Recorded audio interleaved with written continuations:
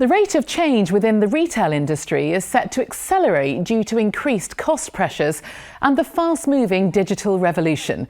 We have this report now looking at transformational changes. The retail industry is facing unprecedented transformation. Predicting the future is all but impossible. But there are clues emerging as to what this extraordinary period might mean for retail jobs, for strategy and for leadership. As the UK's leading private sector employer, navigating this change successfully is vital. 5-year plans are dead. If we can't predict what's going to happen tomorrow in macroeconomic terms or political terms, a resilient approach to strategy is around thinking about alternative futures and not being wedded to a single possibility.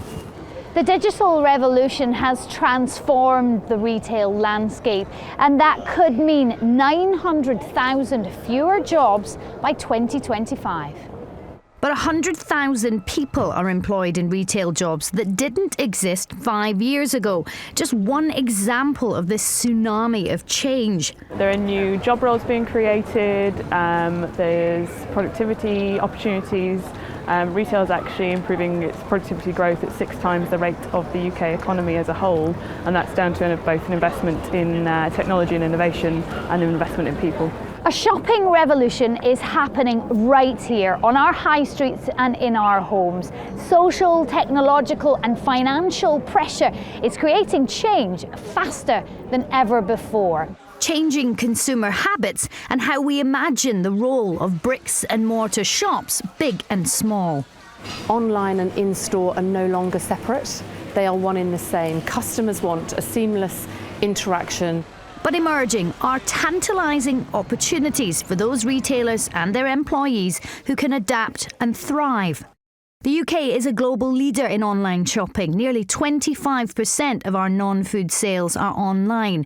Online itself accounts for about 15% of sales, higher than almost any other country in the world. And the way people shop is fundamentally changing. 60% of retail jobs are at a higher risk of automation in the next 20 years, making it one of the industries most at risk. Structural change along with rising cost pressures mean there's expected to be up to 900,000 fewer jobs in the retail sector. In Britain too, there are unique pressures on retailers, from the national living wage, the apprenticeship levy, Brexit and increasing business rates. So how can the industry protect itself, its people and its bottom line? The BRC is bringing together retailers from across the industry. Last year we set out a vision for better jobs. That's jobs across the industry being higher paid, better skilled and having clear progression routes. Bringing together these leaders, convening them and working with government to make sure the conditions are right for retailers to make productivity gains and grow. So how are our biggest retailers planning for the future? At the world's third largest retailer, Tesco, global retail transformation is moulding the future of the business. People Director for the UK and Ireland, Natasha Adams, told me that while the future may be uncertain, one strategy remains vital, and that's investing in people. One of the things we need to put greater emphasis on is helping people understand the wealth of jobs, careers, skills and experience you can gain in retail. And I think that's about opening the doors and telling the stories of the careers that are available. But if you think behind what it takes to get a seamless experience for customers, both in-store and online, is a wealth of talent and experience, whether that's in our marketing departments, whether that's building our brand, or whether that's running our websites and really, using data science to really understand. We've moved from keeping lights on to, engineers who are really going to move our business forward. And for Natasha, future-proofing the skills of the workforce is something no retailer can afford to ignore. How do we evolve and meet the changing needs of customers in a way that does two things? So one is create the opportunities for colleagues in the future, but that also we think now about the skills that colleagues will need in the future to be successful.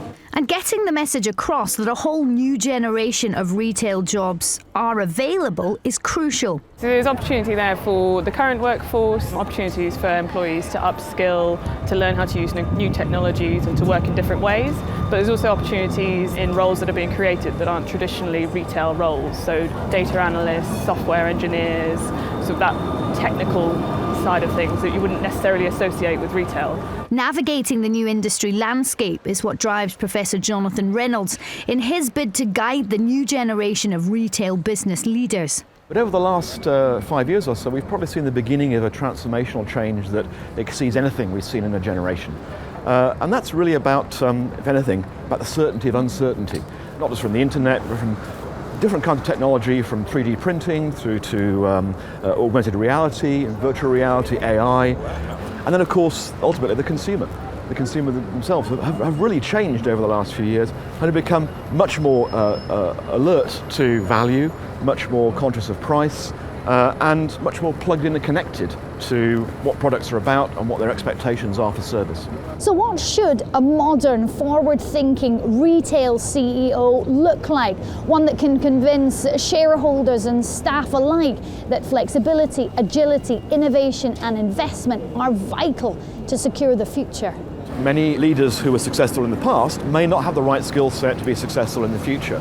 You need individuals who perhaps have a different attitude towards risk, for example, who are willing to take a few more risks, innovate a little bit more, perhaps risk a few failures in the organisation, again with the investor support, really to be able to safeguard the business in the longer term. Just playing it safe. In fact, doing nothing could be the biggest risk of all. In Croydon, independent retailers are also feeling the pressure. C.H. Hewitt & Son has been on the high street here for over 120 years, and owner Martin knows he can't afford to stand still. We were a bit old-fashioned up until a couple of years ago, in one respect that we didn't have a website. We've got a very active website up and running now, and it's already, in the first year, it's 10% of my business. The problem is that a lot of people still want to come in the shop. So technology is transforming the business here, but that doesn't mean fewer jobs. The number of staff I have here is about double what a lot of other shops would have, because one of the things we found that works for us is the personal side, that customers like being served with staff that know what they're doing. Also in Croydon, Rockbottom's Carl Neilson tells us he too has diversified his business by hiring out shop space as rehearsal studios to cope with the impact of change on his high street. Because I always wanted studios to rehearse anyway, because I've got a band. So, just one thing goes with the other. But of course you've got bands coming in and they buy drumsticks and strings and helps generate sales, through the shop. But like the larger retailers, new regulations and the living wage are sometimes making it harder to offer more jobs. It pushes up their wages, and which makes you think, if you have a bad week or a bad year, you wouldn't mind employing somebody else, but then you think, well, it's another big wage. So is regulation stifling the growth of the sector at a time when the stakes couldn't be higher? But of course that does add to the cost base of the business, just as does the apprenticeship levy that is coming through at the moment. I think the important thing is about all these forms of regulation is that they, if you like, they have a retail reflex on how to customise those regulations for the characteristics of the sector, rather than having a kind of blanket approach. On and off the high street in the new retail landscape, one thing is certain: there will be fewer but better jobs, intelligent technology, enhanced customer experiences and increased productivity, and those are already changing the roles of retail employees. The human impact of digital and technological advancement within retail shouldn't be underestimated, but is it also bringing new opportunities? At Tesco, the view of one graduate trainee, William Etherington, is that change is good. It was an active decision for myself to go into retail. It was a career that I pursued to really understand what customers think and how they shop. I think it's quite a stable industry as well. Customers are always going to want to buy and sell products. What those products are and the platform and the way that they shop them, that will always evolve and that will always change. So that's what makes the industry really exciting as well. But Will also wants to see the retail industry do much more to promote the breadth of opportunity on offer. There are so many different aspects to a retail business, whether it be logistics, finance, marketing, online, the customer analysis, or what I do myself, which is space, range and display. I never thought that a department such as space, range and display would exist before actually looking into Tesco and other retailers. And there's actually a job out there where you decide how products are placed on a shelf and delivering merchandising plans to stores. So retailers big and small need to think about how they can maximise the potential of their people, harness new technology and provide rich and rewarding careers whilst boosting productivity. And it's a challenge the industry believes it can rise to. And it has been said that the high street is dead. I think that's a complete misnomer. I think the high street is evolving. The high street is going to some extent beyond retail, thinking about risk differently, thinking about prioritising investment, being agile and adjusting strategy as you go along. Inevitably, jobs are going to change as technology, continues to sort of change the way we live, the way we work, and the way we shop. How we're seeing it is that our number one priority is serving customers brilliantly well, and we work back from that.